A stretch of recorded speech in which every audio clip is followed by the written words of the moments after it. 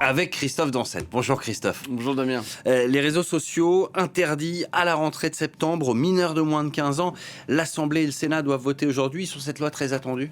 Oui, la voie est libre pour un vote aujourd'hui, après un accord trouvé hier en commission mixte paritaire, c'est-à-dire une commission qui réunit 7 sénateurs et 7 députés pour trouver un compromis. Et ce texte de compromis, il prévoit d'interdire l'accès aux plateformes qui sont, je cite, susceptibles en raison des contenus diffusés ou des systèmes de recommandation utilisés, susceptibles de nuire à l'épanouissement physique, mental ou moral des mineurs de moins de 15 ans. En clair, pour s'inscrire sur des plateformes comme TikTok, comme Instagram, comme Snapchat, Facebook ou encore X, dont les algorithmes recommandent des contenus à l'infini, eh bien, il faudra passer par un système robuste d'identification d'âge à partir d'une carte d'identité.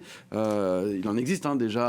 C'est France Identité, c'est aussi DocaPost qui est une filiale de la Poste. Ouais. La Commission européenne travaille elle aussi sur un système au niveau européen. En tout cas, à noter que certaines exceptions sont prévues par le texte de la loi, comme les encyclopédies en ligne, type Wikipédia.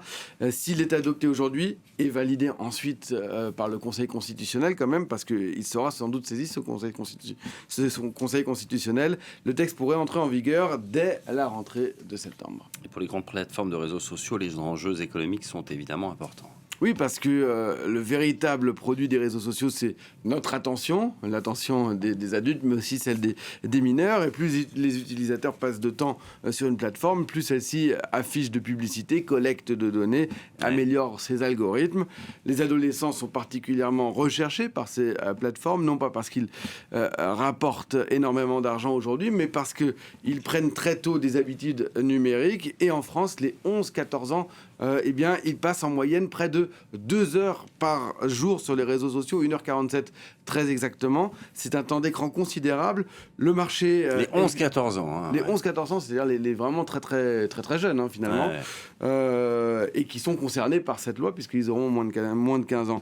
Le marché est lui aussi immense. Hein. La publicité sur les réseaux sociaux représente désormais plus de 4 milliards d'euros en France. Meta, propriétaire de Facebook, d'Instagram notamment, réalise près de 200 milliards de dollars de chiffre d'affaires, presque entièrement grâce à la publicité. On peut aussi citer Snapchat qui réalise aussi des milliards avec la publicité. ByteDance, c'est la maison mère de TikTok. Cette loi va pas remettre en cause leur modèle à tous ces réseaux sociaux. En revanche, elle leur impose des nouvelles contraintes. Vérifier réellement l'âge des utilisateurs. Cela signifie aussi que l'âge des plus jeunes, déjà inscrits, devra lui aussi être vérifié. Et la France n'est pas le seul pays à prendre cette décision d'interdiction des réseaux aux mineurs. Non, mais je dirais qu'au niveau européen, eh bien, elle serait pionnière. Pour l'instant, aucun pays européen n'a voté dans ce sens. Au niveau mondial, l'Australie était la première en la matière en interdisant les réseaux sociaux aux moins de 15 ans dès l'année dernière. L'Indonésie, la Malaisie ont adopté récemment des mesures comparables. En Europe, plusieurs pays travaillent sur des dispositifs, mais ne les ont pas encore adoptés. On peut citer le Danemark, la Grèce, l'Espagne, le Portugal, mais aussi la Slovénie, l'Irlande, l'Autriche.